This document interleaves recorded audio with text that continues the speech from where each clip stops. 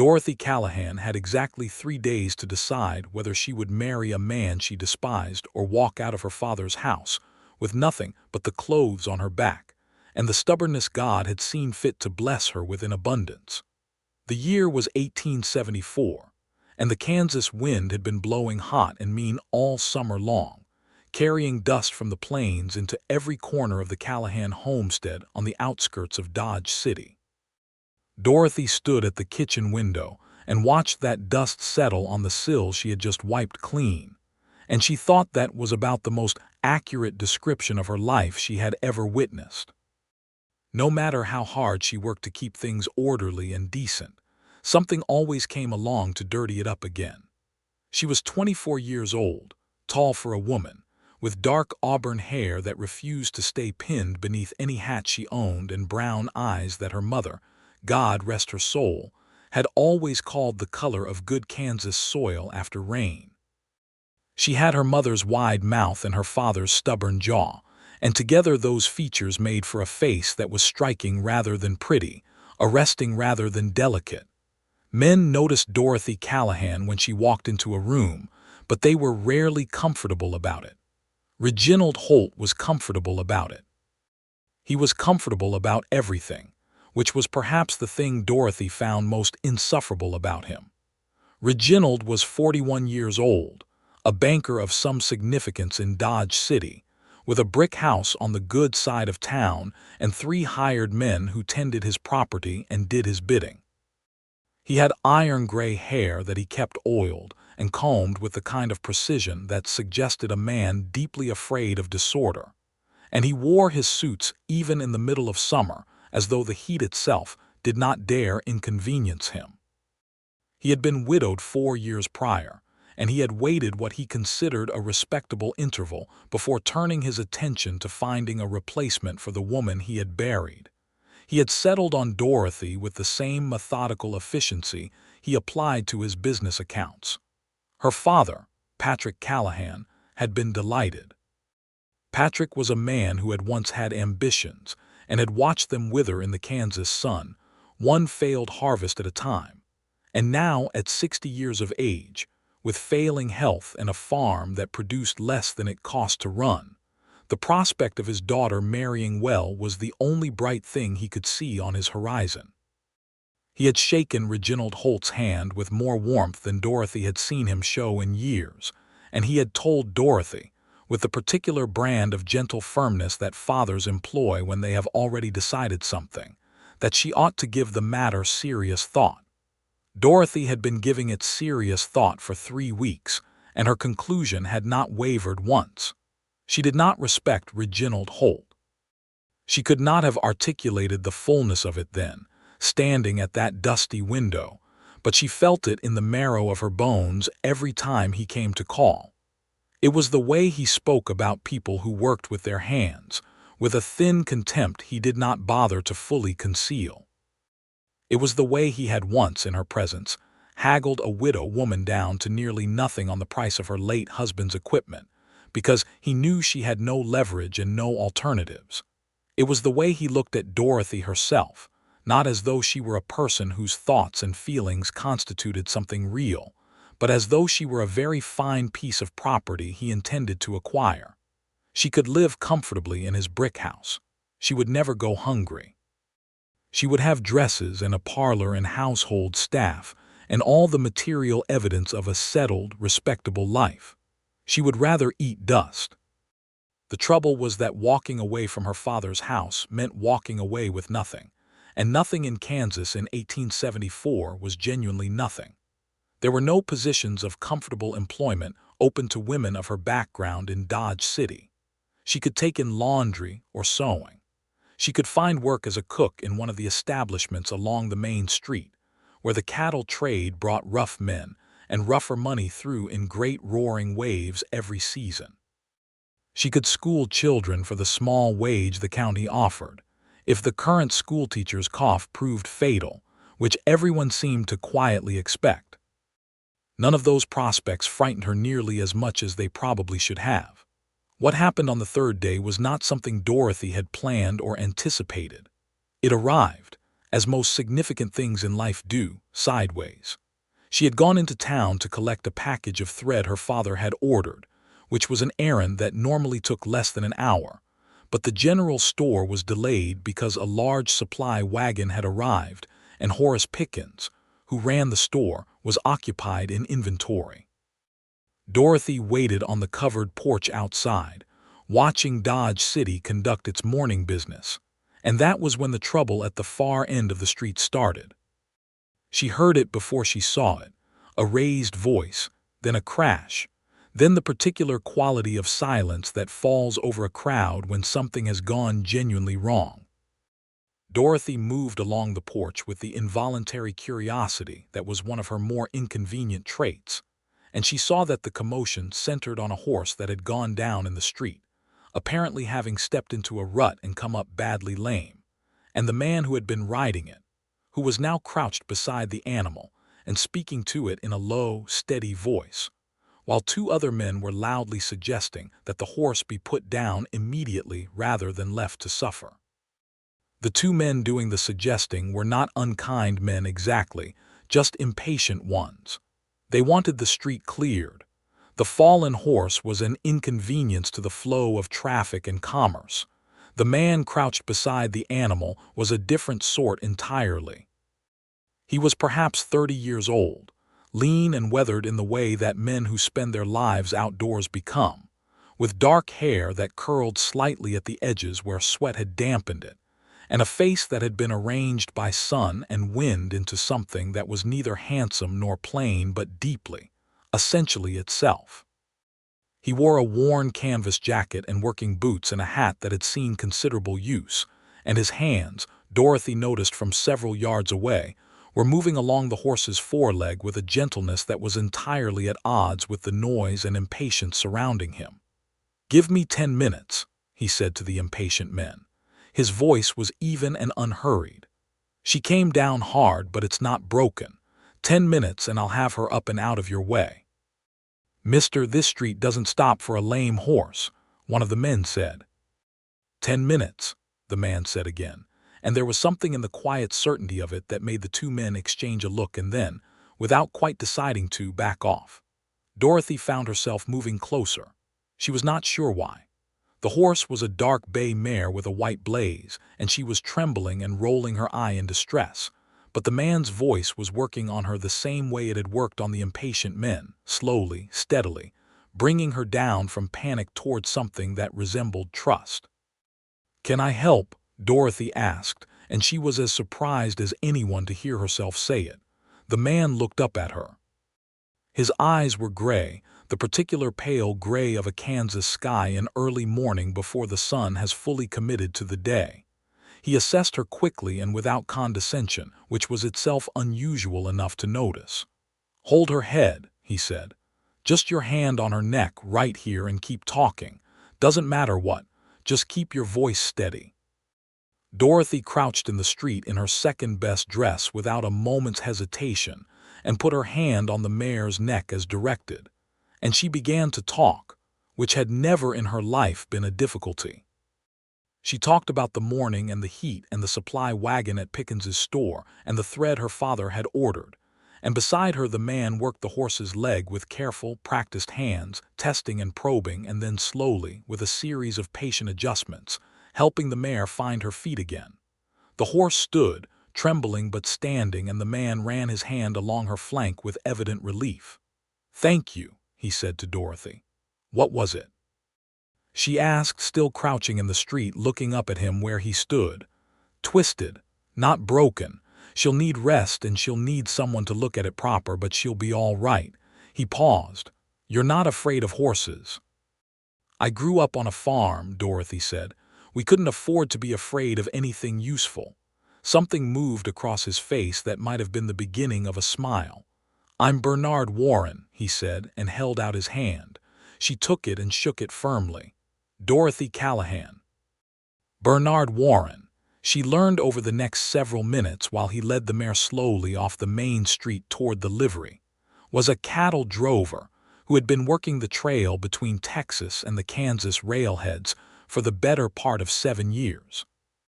He had come up from Texas with a crew and a herd, delivered the cattle to the buyers 2 days ago, paid his men their wages, and was now in the particular condition that follows the end of a long drive, which was to say that he was temporarily without direction. He was not a man who enjoyed that condition for long. "You have family here?" Dorothy asked.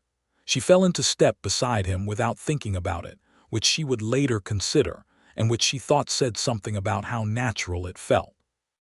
"No family anywhere in particular," Bernard said. He did not say it with self-pity, only with the calm matter-of-factness of a man who has made peace with his circumstances. "My mother passed when I was 12. Father was gone before that. I was raised by an uncle in Missouri who taught me everything worth knowing about horses and cattle, and then he passed too when I was 19, and I've been making my own way since." "That's a long time to be making your own way," Dorothy said. "It is," he agreed. He glanced at her sideways. "What about you? You don't look like a woman who spends her mornings crouching in the street helping strangers with lame horses." "I don't usually," she said, "but I had a few minutes and you looked like you could use another pair of hands." "I could," he said, "and you've got good ones, steady." The horse felt it.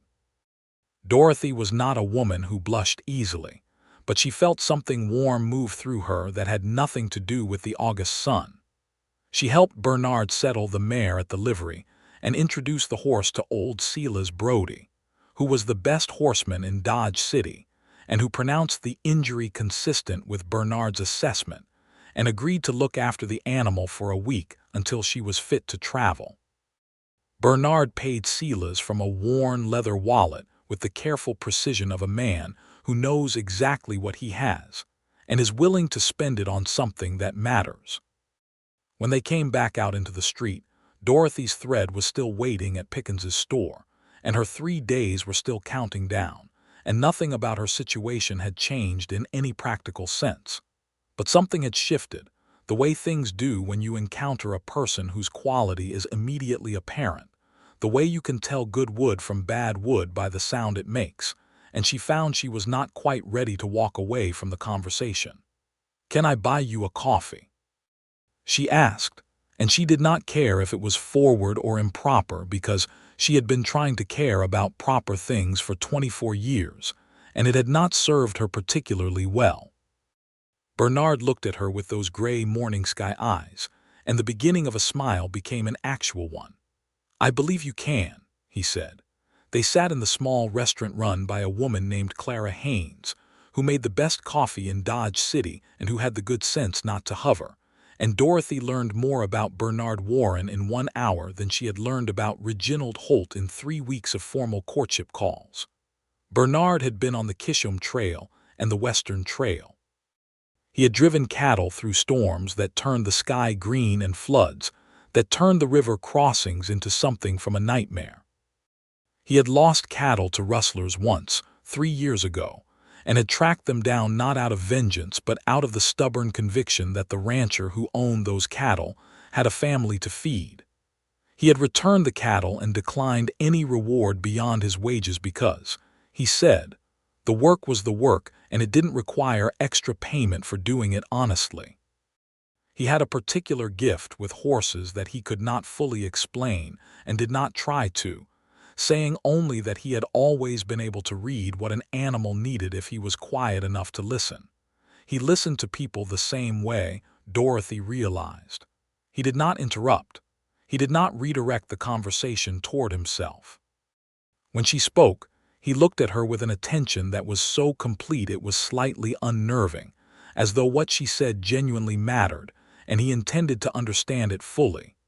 She told him about the farm and her father's failing health and her mother's death 2 years prior.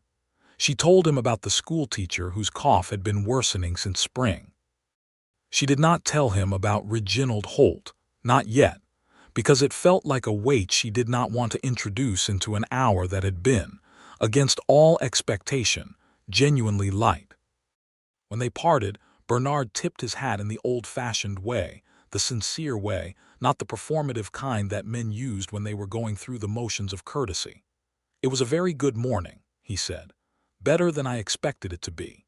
"Yes," Dorothy agreed. "It was." She collected her thread and walked home through the heat, and she thought about gray eyes and steady hands and a man who listened. And she thought about brick houses and oiled hair and the particular loneliness of being looked at as property. And she thought about what it meant to respect someone, not the surface kind of respect that accrues to wealth and position, but the real kind, the kind that comes from seeing a person do something difficult and right and recognizing the worth of it. She did not sleep well that night. The next morning, she went back into town without any particular errand and found Bernard Warren at the livery, where he had come to check on the mare. He seemed neither surprised nor unsurprised to see her, only glad, in a quiet way that she was beginning to understand was characteristic of him. They walked along the edge of town where the prairie began its enormous, uninterrupted conversation with the horizon, and Bernard told her he had been thinking about moving on from trail driving, not because he disliked it, but because at 31 he could feel the mathematics of it shifting. The body could only take so many seasons of that particular hardship, and more than that, he had begun to want something that a drive could not give him. "What do you want?" Dorothy asked. She had learned from the day before that he answered direct questions directly. He was quiet for a moment, looking out at the grass moving in the wind. "Land," he said. "Not much. Enough to build something that lasts, a small herd, maybe horses because I understand them better than cattle anyway." He paused. "A place that's mine that I made into something from not much." "Where?" she asked. "Somewhere the land is still affordable," he said. "West maybe, Colorado Territory possibly. I've got money saved, not a great deal but enough to start if I'm careful." Dorothy was quiet for a moment. Then she said, "I have 3 days to decide whether to marry a man I don't respect." Bernard turned and looked at her. His expression did not change dramatically, but she had become, in the space of 24 hours, attentive enough to his face to notice the small adjustment in his eyes. "Tell me about him," Bernard said. So she did. She told him about Reginald Holt, about the brick house and the oiled hair and the widow woman and the thin contempt and the way he looked at her. She told him about her father's hope and her own understanding of why that hope existed. She told him that the comfortable life was real, that she did not doubt its material reality, and that she also did not doubt that she would slowly become something less than herself inside it. Bernard listened to all of it without interruption. When she finished, he was quiet for a long moment, looking at the prairie. "What will you do?" he asked. "I don't know yet," she said, "but I think I'm going to say no." "That's a hard road," he said. "I know it," she said. "I've been looking at it for 3 weeks." He nodded slowly. "For what it's worth," he said, "the fact that you can see the difference between what's comfortable and what's right for you, that's not nothing. A lot of people can't see it." "Is that admiration, Mr. Warren?" she said, and she was surprised at the lightness in her own voice. "I believe it is, Miss Callahan," he said, and the actual smile came back. They talked for another 2 hours, moving eventually to sit on the fence at the edge of Silas Brody's pasture, watching horses graze in the afternoon gold. Dorothy told him about the things she was good at. She could manage a household's accounts with precision. She could manage a garden. She could read and write well and had some education beyond the basics. She could work hard, harder than most people expected from looking at her, because she had been doing it since she was old enough to carry a bucket. She told him she was not afraid of a difficult life, only of a life that was easy in ways that cost her something she could not replace. Bernard told her about a piece of land he had heard of, about 60 miles southwest of Dodge City, near a creek that ran most of the year and had good grass in the surrounding valley. The land was available for homestead claim under the Homestead Act, which meant 160 acres for the filing fee and the commitment to work it and improve it for 5 years. He had been turning the idea over in his mind for months, trying to decide if the timing was right, trying to decide if he was ready to stop moving long enough to put down roots. "And are you?" Dorothy asked. "Ready?" He looked at her with those gray eyes. "I think," he said carefully, "I might be getting there." Dorothy went home that evening with the knowledge that she had 2 days left, and that the decision she had been approaching for 3 weeks had become, somehow, clearer in the past 48 hours. Not easier, but clearer. The outline of it had sharpened. She told her father that evening after supper that she would not be marrying Reginald Holt. Patrick Callahan was a man who had loved his daughter genuinely and well, even if imperfectly, and his first reaction was not anger but something that looked more like grief. He sat across the kitchen table from her, and he aged 5 years in the space of 5 minutes while she watched. "Dorothy," he said, "he is a good provider." "He is," she agreed. "You would be cared for after I'm gone." "I know that, Papa." "Then why?" he asked, and his voice was tired rather than accusatory. "Because I cannot respect him," she said. "And I've watched you and Mama, and I know what a marriage looks like when it's built on something real, and I know what it looks like when it isn't. Mama respected you. Even when things were hard, even when we lost the East crop twice, she respected you. I want that. I won't settle for less." Her father was quiet for a long time. Then he said, "Your mother would have said the same thing word for word." "I know," Dorothy said softly. "It will be hard," he said. "I know that too." He reached across the table and covered her hand with his. His hand was old and roughened and familiar. "I won't lose you to stubbornness," he said, "but I can't pretend I'm not scared for you." "You won't lose me," she promised. She found Bernard at the livery on the morning of the 3rd day. He had come early to check on the mare again, who was improving steadily, and he was sitting on an overturned crate outside the stable doors with a cup of coffee and the distant expression of a man doing calculations. "I told him no," Dorothy said. Bernard looked up at her. "How did it go?" "My father was sad," she said. "Mr. Holt hasn't been told yet. I expect that will be considerably less comfortable." "And how are you?" he asked. Nobody in recent memory had asked her that as their first response to information about her life.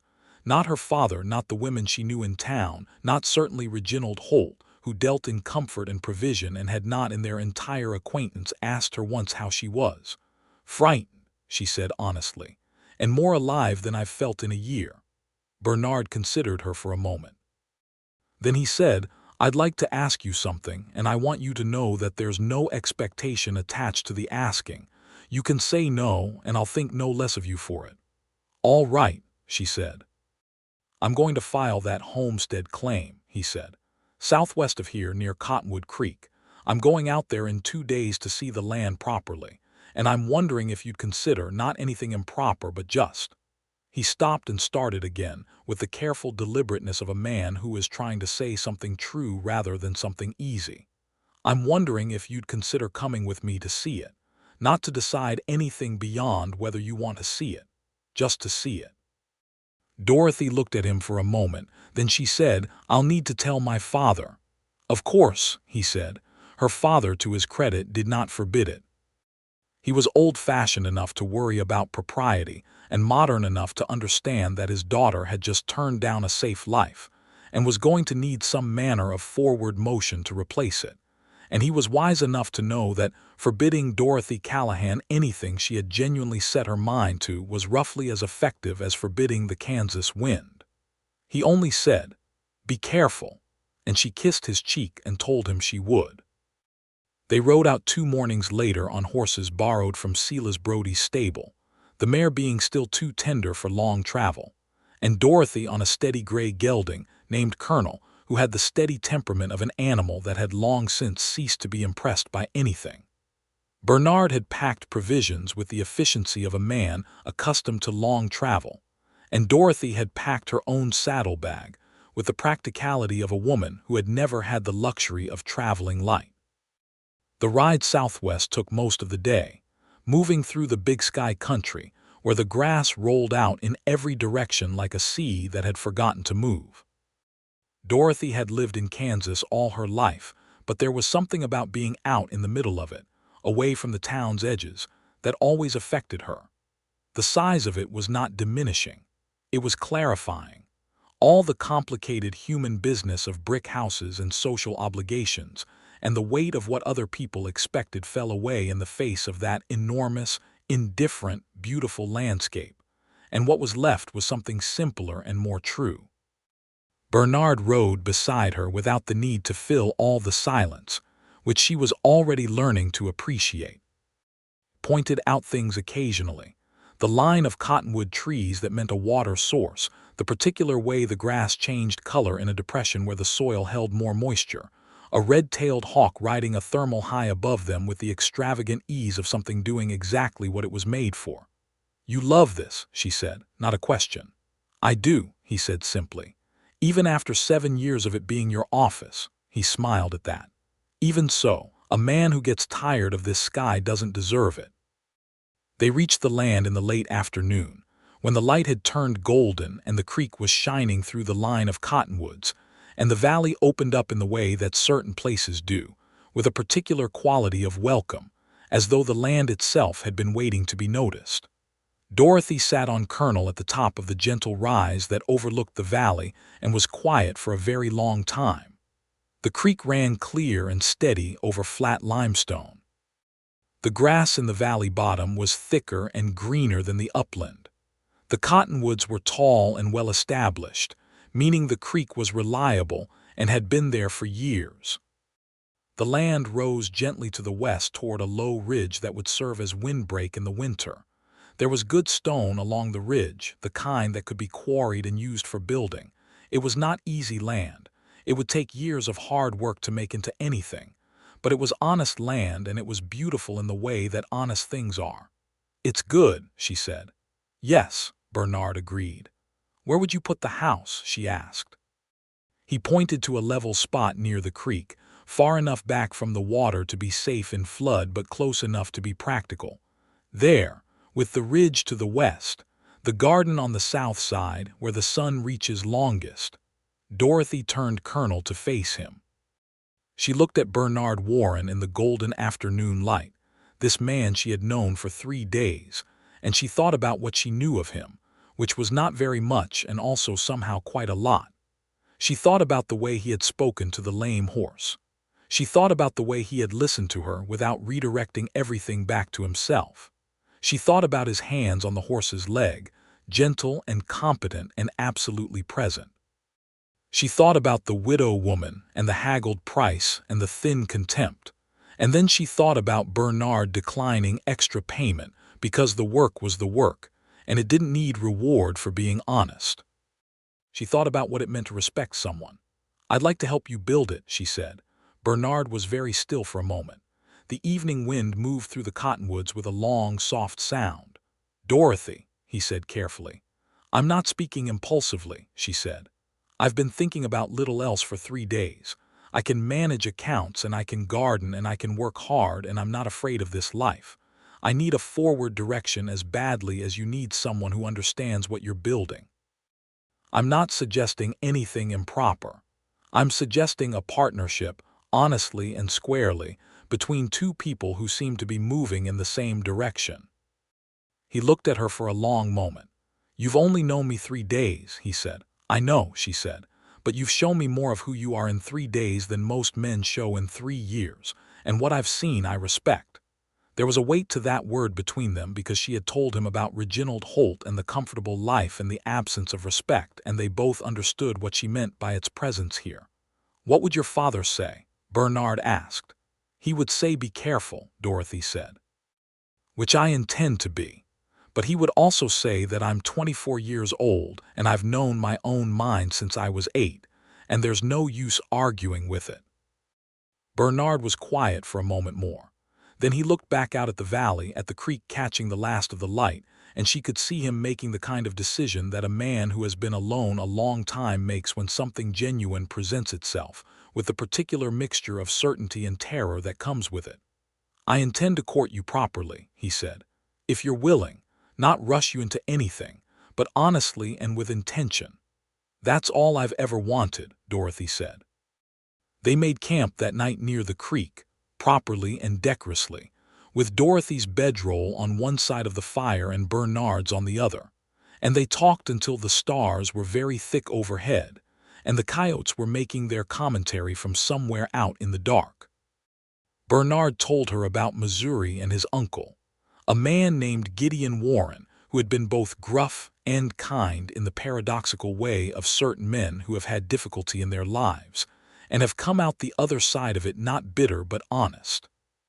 Gideon had taught Bernard to read a horse, to read land, to read weather, and to do all of it with patience, because nature did not respond to impatience, and neither did anything worth having. Dorothy told him about her mother, Margaret Callahan, who had been the kind of woman the frontier produced in its finest hours, capable of anything, afraid of very little, deeply loving in the direct, undemonstrative way of people who show love through action rather than declaration. Margaret had taught Dorothy to cook and garden and sew and keep accounts, and most importantly, to think, because she had believed that a woman with a working mind was better equipped for any life than a woman without one. "She sounds remarkable," Bernard said. "She was," Dorothy said. "She would have liked you." "What makes you say that?" "She liked people who were exactly what they appeared to be," Dorothy said. "She had no patience for the gap between a person's presentation and their truth. She said it was a form of lying and she could always smell it." Bernard thought about that. "I've tried to be exactly what I appear," he said. "I don't know that I've always succeeded, but I've tried." "I can tell," Dorothy said. She slept deeply and well that night, which surprised her, and woke to find Bernard already up and a small fire going and coffee on. And the valley in the early morning was something she found difficult to describe then, and would spend years failing to adequately describe after.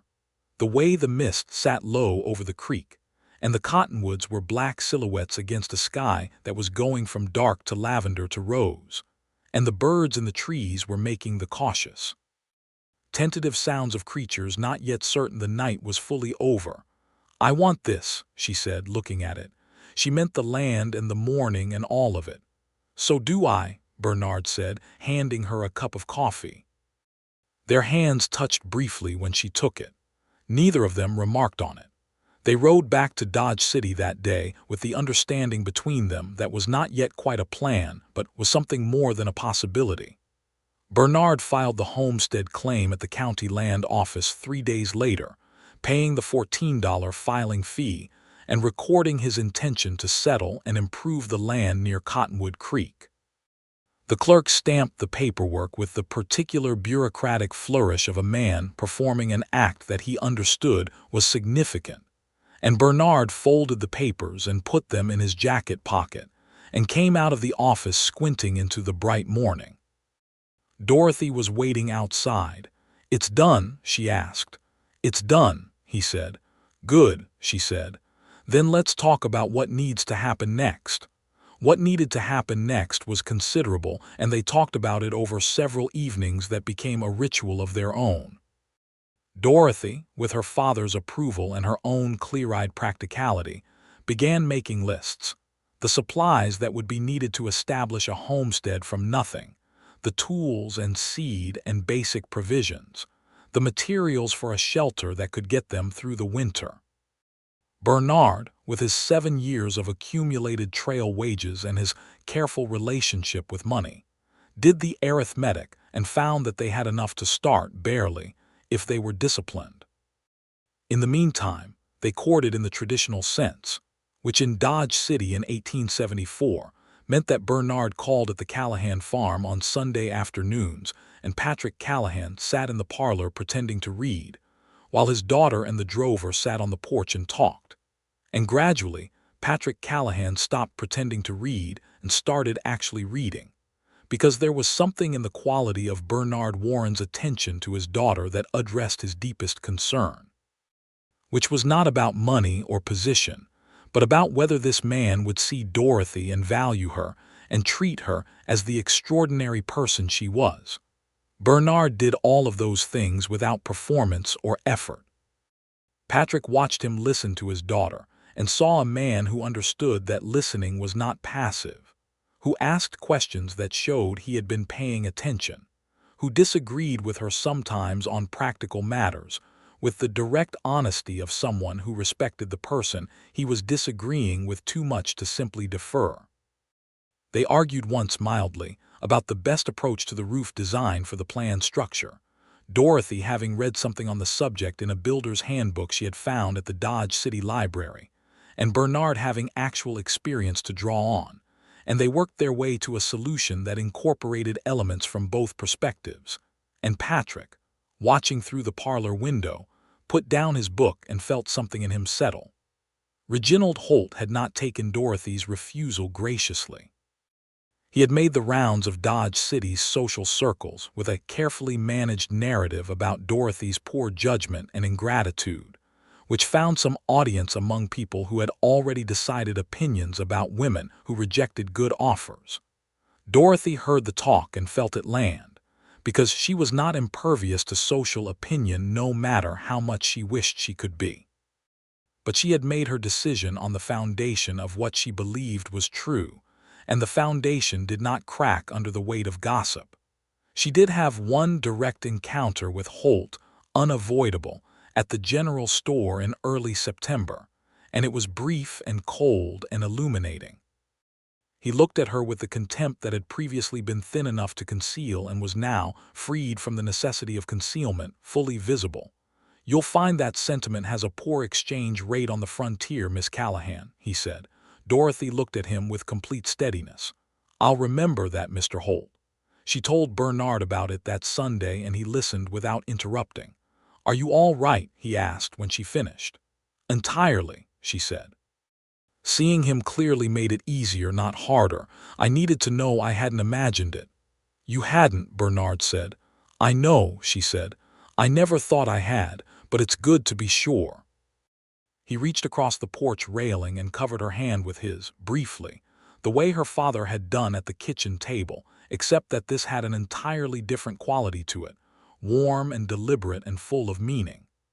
"I should like very much to marry you," he said. He said it straightforwardly, without kneeling or theatrical display, in the same voice he used to say everything else, which was to say with the fullness of his attention and none of the performance. Dorothy looked at his hand over hers and then at his face. "I should like very much to marry you," she said back. They married in October of 1874, in the small church at the edge of Dodge City, with Patrick Callahan giving his daughter away with wet eyes that he did not bother to conceal, and Silas Brody standing as Bernard's witness because, in the absence of family, a man who had trusted you with a lame horse and had seen how you handled it was as good a character reference as any. Clara Haynes, who ran the coffee shop where they had sat on their first morning, made the wedding cake, which was a practical and not particularly elaborate affair, but which tasted excellent.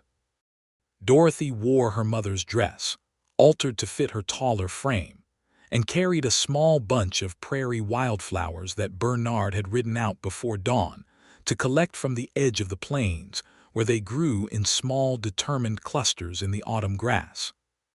She walked down the aisle of that small church and looked at Bernard standing at the front of it, watching her with those gray eyes, and the complete, undivided attention that she was learning was simply how he existed in the world, and she felt something settle in her chest like a key turning in a lock. The minister, a man named Reverend Albright, who had buried more people than he had married in his years on the frontier, and had acquired from this a particular appreciation for the ceremonies of life, performed the service with both brevity and feeling. When he reached the vows, Bernard said his with the same directness he applied to everything, looking at Dorothy without the sideways glance or the mumbled syllable that characterized men who were going through a ritual they did not fully mean. Dorothy said hers and meant every word of them, all of them including the difficult ones, the harder and poorer parts, which she had thought about carefully and accepted without reservation. When Reverend Albright pronounced them husband and wife, Bernard took her face in his hands, the same hands that had moved along a lame horse's leg with such gentleness, and kissed her with a thoroughness that caused Silas Brody to clear his throat and Patrick Callahan to produce a noise that was somewhere between a laugh and a sob. They had 2 weeks in Dodge City before the move, during which time they consolidated their supplies with the methodical shared efficiency of two people who had independently developed very similar approaches to practical matters. Dorothy discovered that Bernard kept his finances in a small leather ledger with handwriting that was clear and precise. And Bernard discovered that Dorothy's household account management was superior to his own in several respects, and they agreed without much discussion that she would handle the books, and he would handle the livestock, and they would consult each other on everything of significance. Patrick Callahan came to see them off on the November morning when they loaded the wagon for the move southwest. It was cold, properly cold now, with the feel of early winter in the gray sky. Patrick shook Bernard's hand and then pulled him into an embrace that surprised them both, and then he turned to Dorothy and held her for a long moment without saying anything. When he let her go, he said, "Write to me. Every week," she promised, "and come back in spring. We'll be here for Christmas," she said, "if the road allows. Take care of each other," he said. "That's the plan," Bernard said, and the simple certainty of it, the way he said it as though it were the most natural organizing principle in the world, made Patrick Callahan nod and step back and let them go.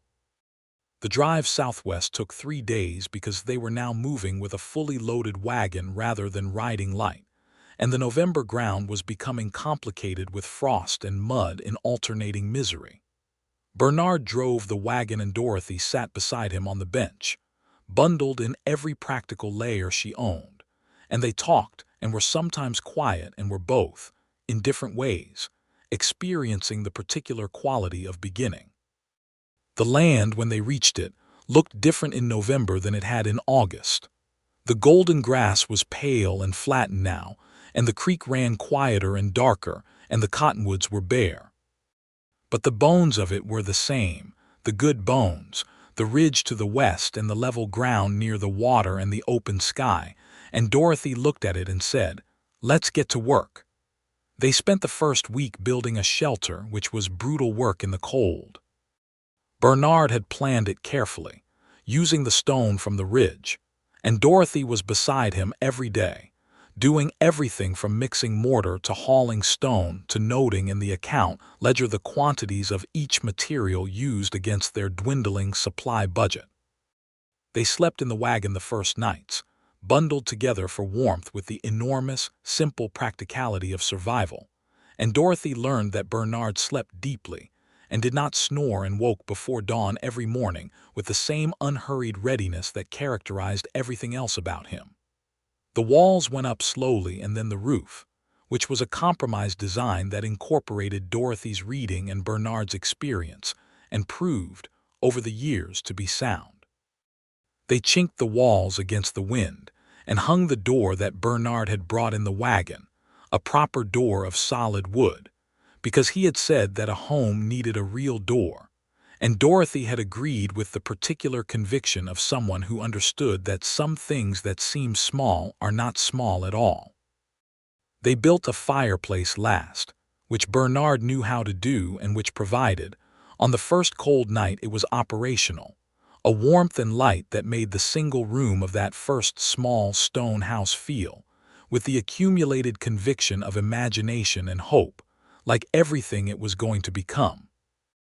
Dorothy cooked their first proper meal in the house over that fire, a stew from their provisions, and they sat at the small table Bernard had built from the wood they had brought, and ate with the particular satisfaction of people who have earned the simplest pleasures. "Merry Christmas early," Dorothy said. Bernard looked around the small room, at the walls they had built and the fire they had lit and the woman across the table from him, and he said, "It's the finest house I've ever been in." Dorothy laughed, a full, real laugh that she would later think was one of the first moments she understood the nature of what they had, the capacity to be genuinely happy in difficult circumstances, because the difficult circumstances were chosen and the company was right. They did make it to Dodge City for Christmas, arriving on the 23rd of December with cold red faces and the smell of outdoor work and stone dust on their clothes, and Patrick Callahan opened the door of the farmhouse and ushered them in toward the stove and the warmth, and asked 1,000 questions that he had been saving up from their weekly letters. Dorothy answered them all and noticed, with the particular attention she paid to everything that mattered, that her father and her husband found each other without effort, falling into conversation about land and livestock, and the mathematics of survival on the frontier with the ease of people who have read the same books. Bernard had brought Patrick a small carved figure of a horse, made from cottonwood, that he had worked on in the evenings during the weeks of building. Patrick held it in his old hands and looked at it for a long time. "You made this," he said. "In the evenings," Bernard said. "I had some help from a penknife and too many opinions from your daughter about the proportions." "The proportions are accurate," Dorothy said. Patrick set the carving on the mantelpiece, and it stayed there for the rest of his life. The first year at Cottonwood Creek was the hardest, which Bernard had told her it would be and which she had understood intellectually without fully feeling it until she was in it. The winter tested them in ways that were both physical and psychological. The cold was sustained and serious, and the isolation was real, and there were weeks when the weather made the 60-mile ride to Dodge City genuinely dangerous, and they were fully dependent on what they had and each other. But Dorothy had been right about herself. She was not afraid of a difficult life, only of a life that was easy in ways that cost her something she could not replace. The difficulty here cost nothing that mattered. She was tired often and cold sometimes, and occasionally discouraged in the late afternoons when progress seemed infinitesimal against the size of what needed doing. Bernard understood this and did not minimize it or try to fix it with reassurance. He acknowledged it and then, reliably, found something practical they could do together, which was more effective than reassurance and was, she came to understand, his way of saying he was with her in it, not above it. In the spring, they planted their first garden, which was a significant undertaking because the soil near the creek, while good, needed breaking, and the breaking of new ground is hard labor. Bernard hitched Colonel and a second horse they had acquired over the winter to a borrowed plow, and Dorothy drove the horses while Bernard managed the plow, and they worked 3 days to break the kitchen garden plot. Then Dorothy planted with the kind of careful, knowledgeable attention that her mother had taught her, thinking about soil and sun and water, and the particular needs of different plants. And they watered and weeded through the spring and summer, and by August had more vegetables than they could eat, which meant preserving, which Dorothy did with the systematic thoroughness she applied to everything. Bernard had begun building the herd in small, careful increments, starting with 12 head of cattle from a neighbor named Tom Hendricks, a weathered rancher who had established himself in the valley 2 years prior, and who became a friend of the reliable, infrequent kind that frontier life produces, the sort who will ride 20 miles in a storm if you need them, and expect nothing in return except the same. Bernard brought 2 horses from Silas Brody's stable, mares he had been watching for months, and the horse operation began to take shape alongside the cattle, growing slowly with the same patient arithmetic that governed everything at Cottonwood Creek. Dorothy managed their accounts with the ledger and the precision her mother had given her, and she watched the numbers tell a story that was, while not dramatic, genuinely encouraging. They were not prospering yet, but they were progressing. The trajectory was upward. Each season left them marginally better positioned than the season before, which was the definition of sustainability if not of wealth. She wrote to her father every week, as promised, and he wrote back in the cramped, careful hand of a man who had not written many letters but who had things he wanted to say. She learned from those letters that Reginald Holt had remarried in the spring of 1875, a woman from Wichita named Constance, and that the general opinion in Dodge City was that Constance was a pleasant woman who was well suited to the position. Dorothy felt nothing about this except a mild, genuine pleasure that Constance presumably got something she wanted from the arrangement, and the comfortable certainty that she herself had chosen correctly. She found, during the second year, that she wanted to tell Bernard things before she had quite decided to, which she recognized as the specific intimacy of people who have become truly known to each other. She told him things she had not told anyone, about the particular flavor of her grief for her mother, about the fears she carried that she was too proud to display, about the moments when she doubted herself, which were real even if she did not show them. Bernard received all of it in the way he received everything, with the complete attention that made her feel seen rather than evaluated. He told her things in return. He told her about the violence he had witnessed on the trail, the things that men do to each other in the rough country where there is no law closer than a day's ride, and how he had found his own position on it, which was that he would not participate in cruelty and would not stand by while others performed it, but that he also understood the world too well to be surprised by it. He told her that there had been a time, in his early 20s, when he had wondered if the moving life was running from something rather than toward anything, and that the land at Cottonwood Creek had felt different, felt like the first thing he had moved toward rather than away from. He told her that she was the second, and that between the two of them, land and wife, he felt for the first time in his adult life like a man who was exactly where he was meant to be. Dorothy looked at him when he finished saying this and felt the fullness of what they had built between them, which was not only stone walls and a garden and a growing herd, but something interior and essential, a mutual understanding that was the foundation of all the rest. In the spring of 1876, she told him they were expecting their first child. She told him on a morning in April when the cottonwoods were coming into leaf, and the creek was running full and bright with snowmelt from the uplands, and she had known for 3 weeks but had waited until she was certain, and had sorted through her own feelings about it enough to present him with the news rather than her uncertainty. Bernard's reaction was so complete and unguarded that she would remember it for the rest of her life. He put his coffee cup down on the fence post and looked at her with gray eyes that had gone wide and soft and said absolutely nothing for a long moment, and then he crossed the distance between them and held her with both arms with a warmth and care that had nothing tentative in it and said into her hair, "Are you well?" "I am very well," she said. He pulled back to look at her face, checking it for the truth of that. "How long have you known?" 3 weeks, she said. 3 weeks, he repeated. "Why didn't you tell me?"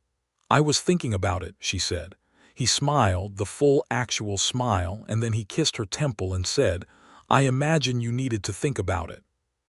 "It's a significant development," she said. "It is," he agreed, and the laughter in his voice was rich with happiness.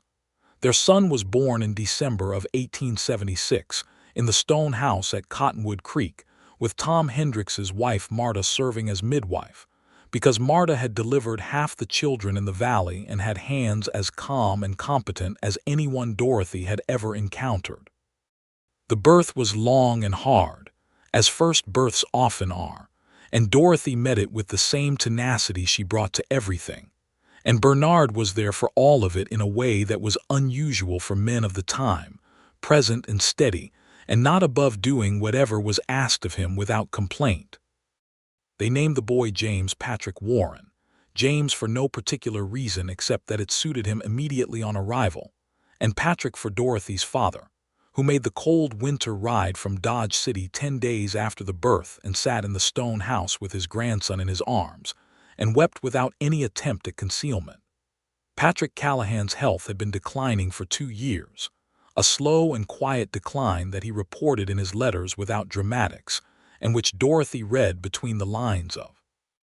When he held James, she saw in his face something resolved, some accounting settled, and she understood that this was what he had needed to see before his own story closed. He died in the spring of 1877, peacefully, in his own bed on the farm outside Dodge City, with the carved cottonwood horse on the mantelpiece and a letter from Dorothy on his table that he had read that morning. The doctor said his heart had simply wound down, and that it had been a gentle ending for a life that had had more difficulty in it than celebration. Dorothy and Bernard made the ride to Dodge City for the funeral, James bundled between them on the bench of the wagon, and Dorothy said goodbye to her father at a graveside in the spring wind and felt, along with her grief, a gratitude that he had lived long enough to see her happy. She said this to Bernard that evening in the room at the hotel in Dodge City, sitting in the lamplight while James slept in the travel cot they had brought, and Bernard said, "He knew you were happy. I think he knew it before you were fully sure of it yourself." "He always did read things early," Dorothy said. "Smart man," Bernard said. "He liked you," she said. "I know," he said. "I liked him." She leaned against him in the lamplight and thought about the generations of it, the way love moves forward through people, what her parents had given her, and what she and Bernard were giving James, and what James would carry forward into a future they could not see but could shape by what they put into him now. The thought was not sad for all its weight. It was deeply, profoundly meaningful. They returned to Cottonwood Creek and the life they were building, and the years that followed were the years of solid making. James grew from infant to toddler to small boy with the energy of someone who has no idea, yet that the world is complicated, running through the grass near the creek with a freedom that Dorothy watched from the kitchen garden with the aching, grateful appreciation of a parent. Bernard taught him to sit a horse before he was 3, with Bernard's hand always present and sure, and James took to it with the natural ease that children have before self-consciousness arrives. The herd grew. The horse operation became, as Bernard had always suspected it might, the more significant part of their enterprise. He had a gift for identifying good bloodlines, and for working with difficult animals that required the long patience he had in abundance, and his reputation in the valley, and then beyond the valley spread in the quiet way that genuine competence spreads, from neighbor to neighbor and county to county, until men were coming from considerable distances to buy horses from Bernard Warren at Cottonwood Creek. Dorothy expanded the garden and began a small but productive orchard on the south slope, apple trees and plum trees that were slow investments, but which began to produce by the early 1880s, and added a dimension to their self-sufficiency that pleased her enormously. She also took on the education of James and, later, the other children in the valley, because the schoolteacher situation remained unreliable and her own capacities were known, and she found she was good at it, and that it gave her something beyond the homestead that nourished the part of her that had always needed to think and learn and engage with ideas. Tom and Marta Hendricks became their nearest friends, the kind that the frontier produces when it works correctly, friends built from genuine mutual respect, and the shared experience of difficulty, and the particular humor that arises when people have seen each other at their most reduced and maintained their regard anyway. They spent Christmas together every year, alternating between the two properties, and those gatherings became the texture of their social life, warm and loud, and full of children and food, and the kind of conversation that goes on comfortably late into the evening. In the autumn of 1880, their second child arrived, a girl this time, with Dorothy's dark auburn hair already visible in the first fine covering of her head and Bernard's gray eyes looking up from an expression of complete and tranquil assessment, as though she had arrived prepared to evaluate the situation. They named her Margaret, for Dorothy's mother, and Dorothy held the baby in the firelight and told her about the woman she was named for, about the capability and the love shown through action and the working mind, and Bernard sat across from them and watched with the expression that Dorothy had come to know as his deepest contentment. The years had been good to Bernard in the way that suited him, not softening him but settling him, the way a well-built fence settles into good ground over time and becomes stronger for it. The lines on his face that the sun and wind had begun when he was young had deepened into character, and his hair had some gray at the temples now, and he moved through his days with the ease of a man who knows what he is doing and why. Dorothy loved him with the deep, particular love that grows from knowing someone fully and choosing them still, every day, in the small and large ways that constitute a life. She was 36 when Margaret was born, and she felt in full command of herself in a way that she had not at 24, not because she had become harder but because she had become clearer. She knew what she valued and why. She knew her own capacities. She knew the shape of her own life and found it, for all its ongoing difficulty, beautiful in the fundamental ways. In 1882, they added a second room to the stone house, then a third, because James was 7 and needed space, and the household had grown beyond what the original structure could accommodate with comfort.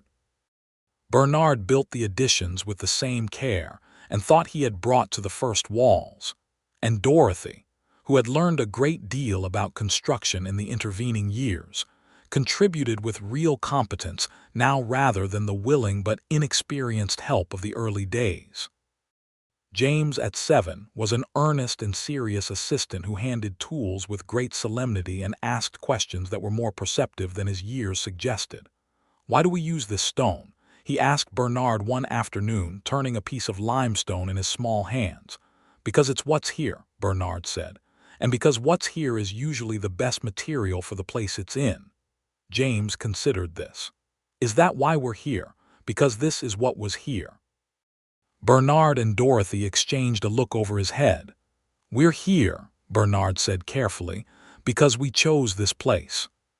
Sometimes you choose the material, and sometimes it chooses you, and the best buildings come from knowing which is happening." James went back to his close examination of the stone. Dorothy caught Bernard's eye, and he gave her the small, private smile that was entirely hers, and she felt the warmth of it in her chest the way she had on the first morning in Clara Haynes's restaurant, unchanged by 8 years except deeper. Their third child came in 1884, another son, born in early spring when the creek was running high, and the cottonwoods were just leafing out again in that annual reminder that the world renews itself. They named him Thomas, for Tom Hendricks, who was becoming the uncle that a man without family of his own invents from the good people the world provides. Thomas arrived with a loudness and vigor that neither James nor Margaret had shown at birth, an emphatic presence from the first, and from his earliest weeks it was clear that he was going to be a person of strong opinions. By 1885, Cottonwood Creek had become something that could reasonably be called a ranch. Not a grand one by any measure, but a sound and working property with good horses and a respectable herd, and an orchard coming into its productive years, and a garden that fed them well through the growing season, and provided, with Dorothy's systematic preservation, through the winter months. They had 3 children who were healthy and curious, and being raised with both practical knowledge and the kind of education that Dorothy provided with the full weight of what she valued, which was the thinking mind. James at 10 was quiet and attentive like his father, already showing Bernard's gift for reading animals, already spending more time in the pasture than anywhere else, and having conversations with the horses that appeared to be genuinely reciprocal. Margaret at 5 was her grandmother's namesake in the most literal sense Dorothy had encountered, assessing everything with those gray eyes before committing to an opinion, and her opinions, once formed, were held with a conviction that made her father laugh with recognition. Thomas at 1 was all momentum, a small force of nature that required more physical vigilance than the other 2 combined. Bernard, watching his family one evening in the lamplight, felt something that he had not had words for at 31, the specific fullness of a life that has become everything you hoped, without becoming exactly what you predicted, which is better than the predicted version because it is real and complicated and genuinely yours. He said to Dorothy, who was at the table mending one of James's shirts while James read and Margaret slept and Thomas had finally, after considerable negotiation, also gone to sleep, "I want to tell you something." Dorothy looked up from the mending. "All right. I've been thinking about that morning," he said, "in the street, when the horse came down." "I remember it," she said. "I was having a bad morning," he said. "Not badly bad, just the particular kind of bad that comes from having too much time to think about where you're headed. I'd paid my men and I was sitting with the question of what next, and I wasn't finding an answer." He paused. "And then you crouched in the street in that dress and put your hand on her neck and started talking, and I thought, whoever this woman is, She's exactly where she needs to be in this moment." Dorothy set down the mending. "And now?" she asked. He looked at her across the room, across the lamp and the mended shirt and the sleeping children and the 10 years of building. "Exactly where we need to be," he said. "Both of us." She came around the table and sat beside him, and he put his arm around her, and they sat in the warm lamplight of the house they had built from stone and intention, listening to the wind moving through the cottonwoods outside, which had been there before them and would outlast them, and made, in the dark, the same long, soft sound they had been making since the first night Dorothy sat by the creek and knew she wanted this. The years that came after that lamplit evening were not without difficulty, because frontier life does not become easy simply because you have mastered it. There were seasons of drought that reduced the creek to a thin trickle and required careful management of every resource. There was a winter in 1887 that was among the worst in the territory's recorded memory, with blizzards that lasted for days and temperatures that cracked wood and made the stone house's thick walls earn their years of construction. There was a time when horse fever moved through the valley and they lost 2 mares that were among Bernard's finest, and the grief of it was real and lasting because he had known those animals individually, the way he knew everything under his care. But there were also seasons of such abundance that the garden overflowed and the orchard bent its branches with the weight of harvest, and the horses in the pasture gleamed in the autumn light like something from a painting. There were mornings when Dorothy stood at the door of the stone house and looked at the valley, at the creek and the cottonwoods and the ridge to the west and the enormous Kansas sky, and felt something that was not merely contentment but a deep, bone-level rightness, the sense of having landed in exactly the life that she was made for. James, at 15, had his father's gift with horses so fully realized that Bernard treated him as a genuine partner in the horse operation, which James accepted with the quiet seriousness that was his nature. He had also developed on his own a habit of reading that Dorothy had encouraged, and that had taken root in the way such things do when they find genuinely fertile ground. And he read everything he could get his hands on, which in the valley was limited but in Dodge City on their periodic visits was considerable. And he came home from those visits with books tucked into his saddlebag that he consumed in the evenings with the same focused attention his father brought to the horses. Margaret at 10 was teaching herself arithmetic beyond what Dorothy had formerly given her, working problems in a small notebook with the methodical intensity of someone who finds numbers personally satisfying. She also, to everyone's mixture of pride and mild alarm, had an opinion about everything and the vocabulary to express it precisely, which made her simultaneously the most interesting and the most exhausting person in most conversations. Thomas at 6 was exactly what he had announced himself to be at birth, a vigorous, immediate, enthusiastic presence in every situation, the child most likely to be found up a tree or in the creek, or in some other location that required retrieval and explanation. He was not careless, only thoroughly interested in everything, and his interest had the quality of a burning glass, concentrated and warm. In 1889, Kansas achieved statehood properly formalized under the new constitutional terms, and there were celebrations in Dodge City that Bernard and Dorothy attended with all 3 children, and Dorothy stood in the street of the town, where she had once stood at a kitchen window watching dust settle on a clean sill and watched fireworks go up over the plains with James on one side of her, and Margaret on the other, and Thomas on Bernard's shoulders, and thought about how much territory she had covered, not geographically but in every other dimension, in the 15 years since the summer of dust and decisions. Bernard, who was 45 now and who wore it in the way that suited him, which was to say that the years had added rather than subtracted, watched the fireworks burst over the dark sky, and felt his youngest son's small hands gripping his hair for balance, and felt his wife beside him, her shoulder against his, and understood that the word home, which he had not had a relationship with for most of his life, was both more complicated and more simple than he had expected. It was not the land alone, though the land mattered profoundly. It was not the house, though the house was the physical expression of everything they had built.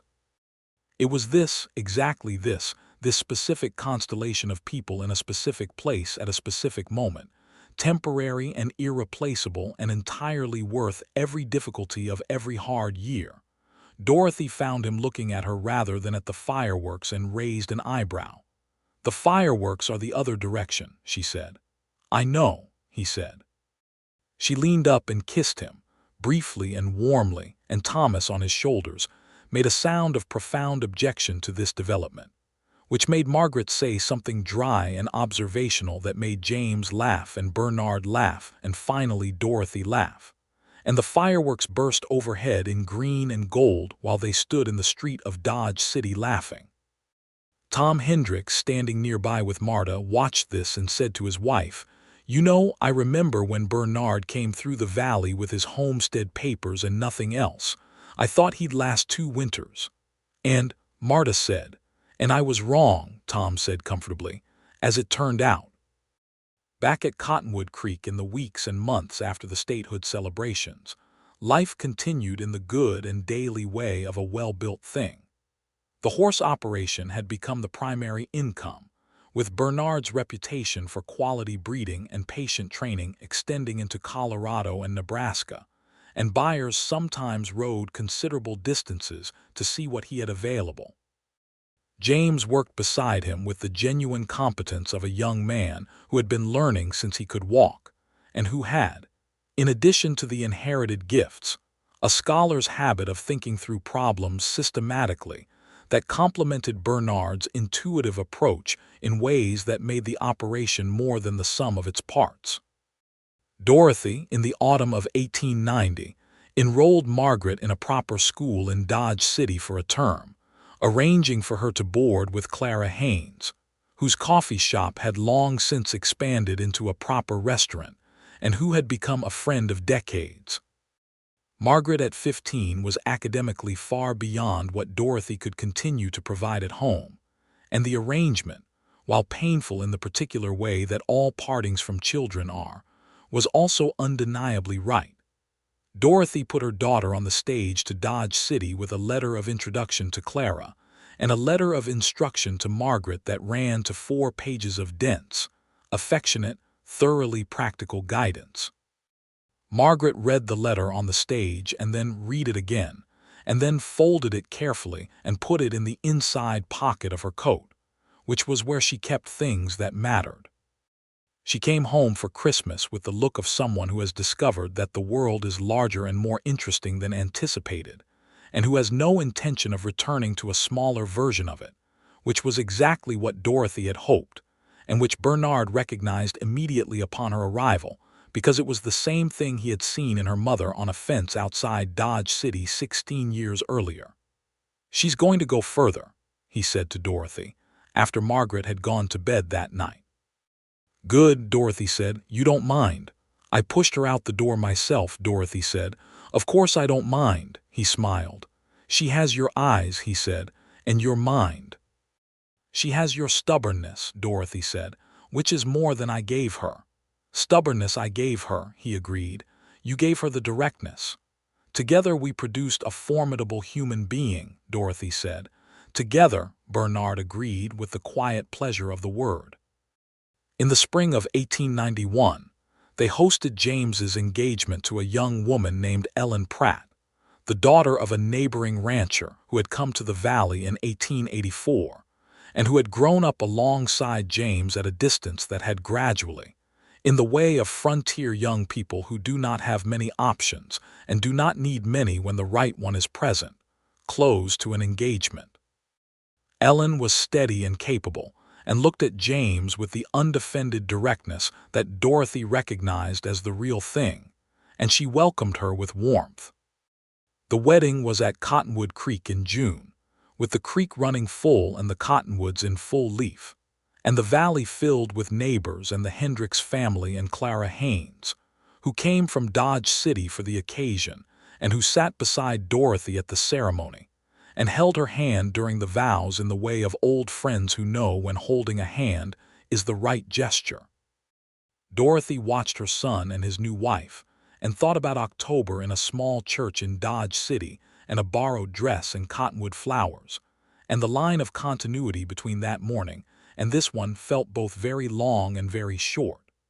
Thomas, at 13, served as an usher with a vigorous formality that was characteristic of his approach to anything he considered an important assignment, and he took the duty very seriously and performed it with considerable energy.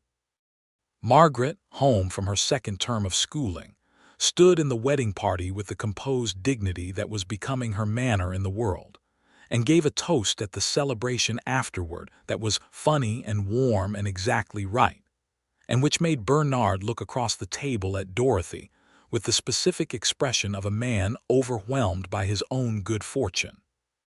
In 1893, Margaret announced her intention to pursue further education, having heard of a normal school in Topeka that trained women as teachers and offered a certificate that was recognized across the state. Dorothy wrote the letter of inquiry before Margaret had finished her announcement, and Bernard was already calculating the costs in his head, and they both startled each other by producing their respective actions simultaneously, and Margaret looked at her parents and said, "I don't know why I worried about how you take it." "You didn't worry," Dorothy said. "You informed." "I was preparing for argument," Margaret said. "We don't argue against the right thing," Bernard said. "We just work out how to do it."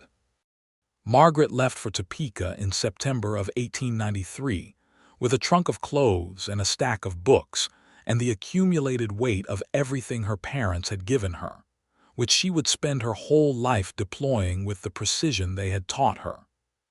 Thomas, at 15, was spending his summers working with Bernard and James on the horse operation, and his winters reading with the intensity of a fire that has found good fuel, and his combination of physical competence and restless intellectual energy was producing a young man who had not yet found his particular direction, but was clearly going to find it with some force when he did. On a November evening in 1893, with the fire going and the wind outside at its autumn commentary, Bernard and Dorothy sat alone together in the stone house that had grown so considerably from its first single room, and the particular quiet that a house achieves when its children have grown and gone out into the world was present. And it was not an empty quiet but a full one, the quiet of two people who have nothing urgent to say but everything comfortable to be. "Do you remember," Dorothy said, looking at the fire, "what you said to me on the fence outside Silas Brody's pasture about the horses?" "Which part?" Bernard said. "That sometimes you choose the material and sometimes it chooses you," she said. "James asked about that," he said. "About the stone." "I know," she said. "I was there." He was quiet for a moment. Then, "Are you asking whether you chose me or whether I chose you?" "I'm asking whether we chose the life or the life chose us," she said. He thought about this with the full attention he brought to everything worth thinking about.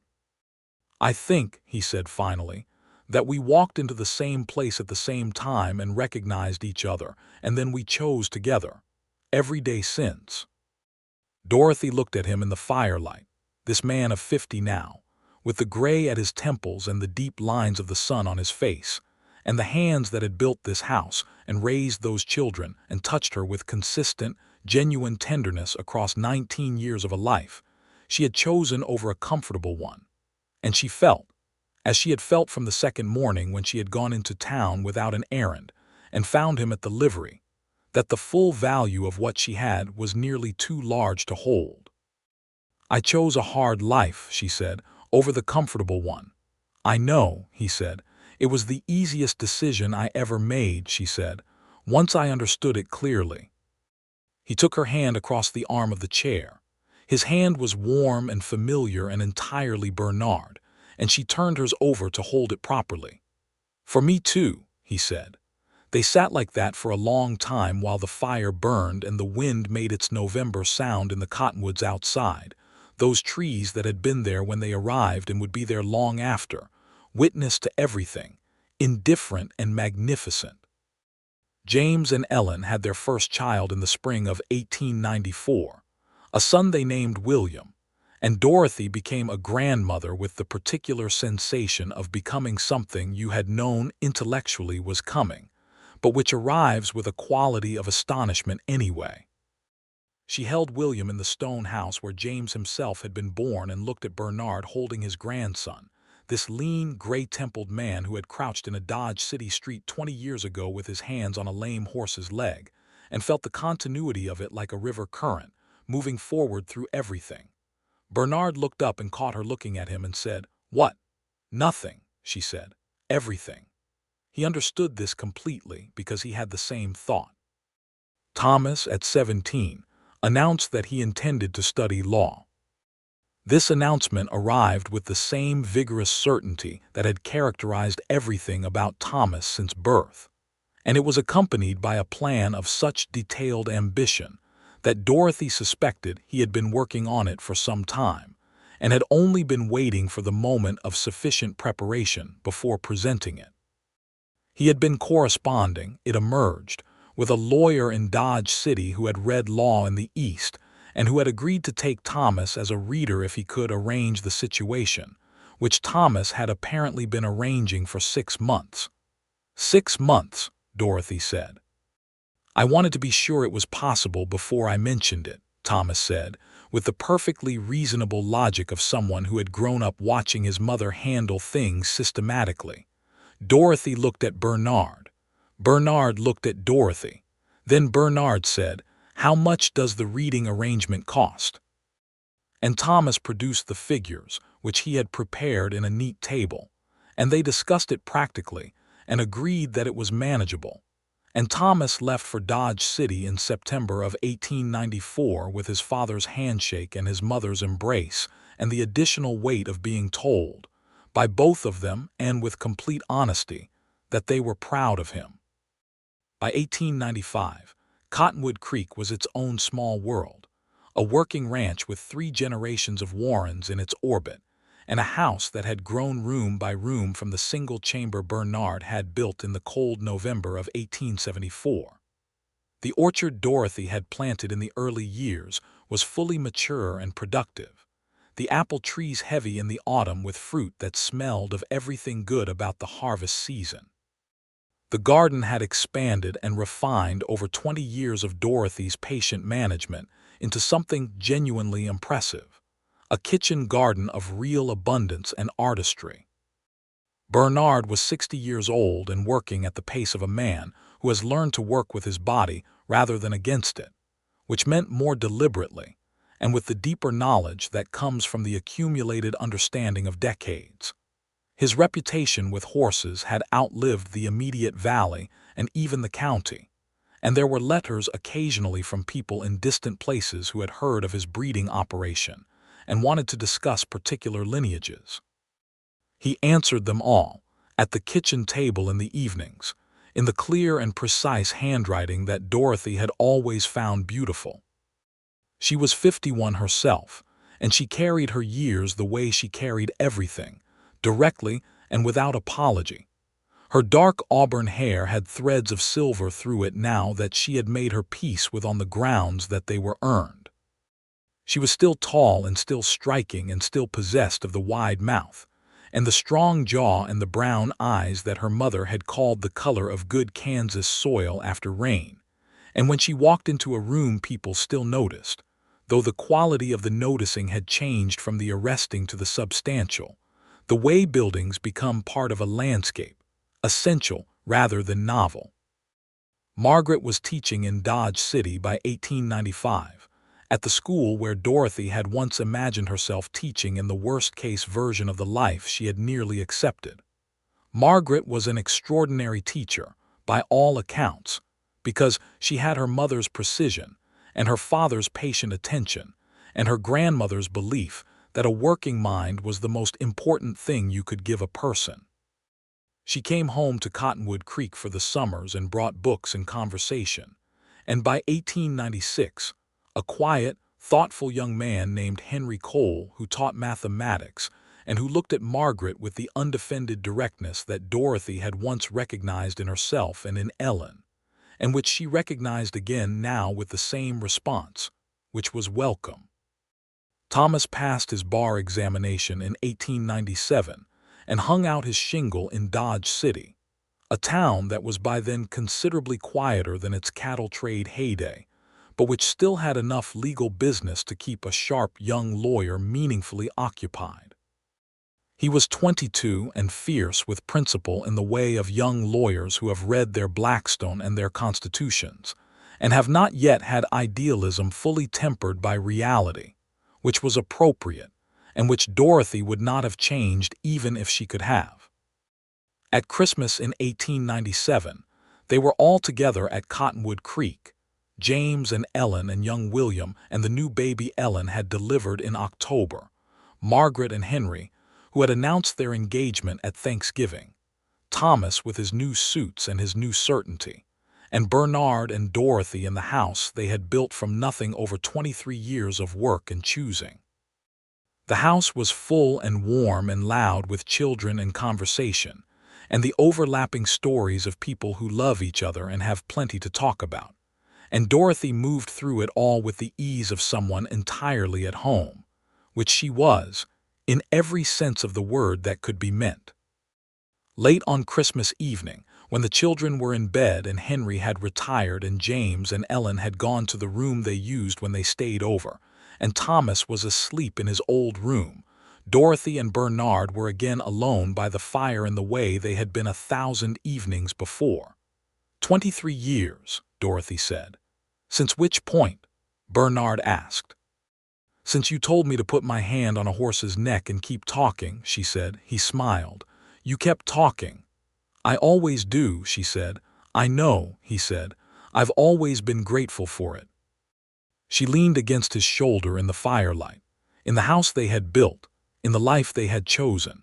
And Bernard put his arm around her and held her the way he always had, with both care and certainty. And they listened to the quiet of the house that was full of sleeping people who were there because of everything that had happened since a horse came down in a street in Dodge City on a hot August morning in 1874. Outside, the cottonwoods were bare in the winter dark, and the creek was running low and cold under a thin skin of ice, and the Kansas sky was enormous and full of stars. The land was exactly what it had been when they arrived and also completely transformed, marked by 23 years of human intention and work and care. The stone walls of the house held their warmth against the cold, and the fire in the hearth was the direct descendant of the first fire they had lit in November of 1874, the continuation of the same warmth they had made from nothing. I want to tell you something, Dorothy said, using his phrasing from 23 years before. All right, he said. I have been every single day of this life, exactly as happy as I believed I would be when I crouched in that street in a second-best dress, she said. Not the same kind of happy, better. The kind that comes from being exactly where you should be with exactly who you should be with. Bernard was quiet for a moment. Then he said, in the voice that was still, after 23 years, precisely the same, unhurried and full of whatever was true, so have I. The fire settled, and the house breathed the quiet breath of a sleeping family, and the cottonwoods outside made their familiar sound. And Dorothy Callahan Warren and Bernard Warren sat together in the warmth of what they had made, which was a whole life, complete and full and deeply, irreversibly theirs. In the years that followed, the creek that had given the ranch its name ran on as it always had, carrying water from the uplands through the valley, and past the stone house and the orchard and the garden and the pasture full of Bernard's horses, season after season, with the indifferent faithfulness of natural things. Margaret married Henry in the spring of 1898 at a ceremony in Dodge City that was larger than Dorothy and Bernard's had been, with half the town in attendance because Margaret had been teaching their children for 4 years, and had made herself indispensable in the way of people who do their work with genuine care. Dorothy wore a dress of deep blue that she had made herself over the winter, and Bernard wore the good suit he kept for occasions, and they sat in the front row of the church and watched their daughter marry a man who deserved her. Thomas's legal practice grew into something of real significance as the new century approached, and he became known in the county for taking cases that others considered unprofitable, because they involved the rights of people without resources, which Dorothy observed with the particular pride of a mother who recognizes that what she put into a child has become what that child puts into the world. James and Ellen added 2 more children to their family over the years, a daughter in 1897 named Catherine and another son in 1900 named Robert, and the ranch at Cottonwood Creek in its 3rd decade had the cheerful disorder of a place where multiple generations overlap, with children at various stages of growth underfoot, and the ongoing negotiation of a working family property shared between parents and the next generation taking an increasing role. Bernard handed more of the horse operation to James with the deliberate, unhurried generosity of a man who understands that the best thing he can do with something he has built is trust it to someone capable, and James received it with a corresponding seriousness. Bernard did not stop working. He simply worked differently, choosing the parts of the operation that drew on 50 years of accumulated knowledge rather than the parts that required a 30-year-old's physical endurance. Dorothy, in her late 50s, continued to teach the children of the valley, which she had been doing in some form for nearly 3 decades, and she found that the length of time had given her something she could not have had at the beginning: the knowledge of what happened to children who received particular things in their education, and the specific pleasure of having been part of what sent them forward. She had students who were now adults with children of their own, and occasionally those adults came back to Cottonwood Creek to tell her what had come of what she had given them, and those visits were among the richest things in her days. On a morning in the early spring of 1902, when Dorothy was 52 and Bernard was 67, she found him at the fence of the main pasture in the early morning light, where he often stood in the mornings to watch the horses, and she brought him his coffee and stood beside him, and they watched the animals in the dewy grass of the April morning. The horses moved with the particular ease of well-kept animals in a familiar pasture, and Bernard watched them with the same quality of attention he had brought to everything since the morning she had first seen him, the quality that made whatever he looked at feel genuinely seen. "I was thinking," he said, "about that summer." "Which one?" She said, "1874, he said, "the summer the mare went down." "I think about it sometimes," she said. "I think about what would have happened," he said, "if you hadn't walked over." "You would have gotten her up yourself," Dorothy said. "Eventually, probably," he said, "but the day would have been different." "Yes," she said, "it would have been very different." He put his arm around her shoulders, the old familiar warmth of it, and she leaned into him the way she had on 1,000 mornings and evenings and all the ordinary middles of days, and they watched the horses in the April light, and the creek ran behind them with its constant, reassuring commentary, and the cottonwoods above the water were putting out their first pale green of the season, that particular tentative green of early leaves that is more hopeful than any other color. "The right decision," Dorothy said. "Still, always," Bernard said. And that was all that needed saying, between 2 people who had spent 28 years making the same decision every morning, choosing the hard, true life over the easy, hollow one, choosing each other over comfort, choosing the creek and the stone house and the honest work over everything that had seemed, from the outside, like the safer bet. The Kansas sky opened above them enormous and blue, and the horses moved in the spring grass, and the world at Cottonwood Creek was exactly what they had made it, whole and real and entirely, permanently theirs.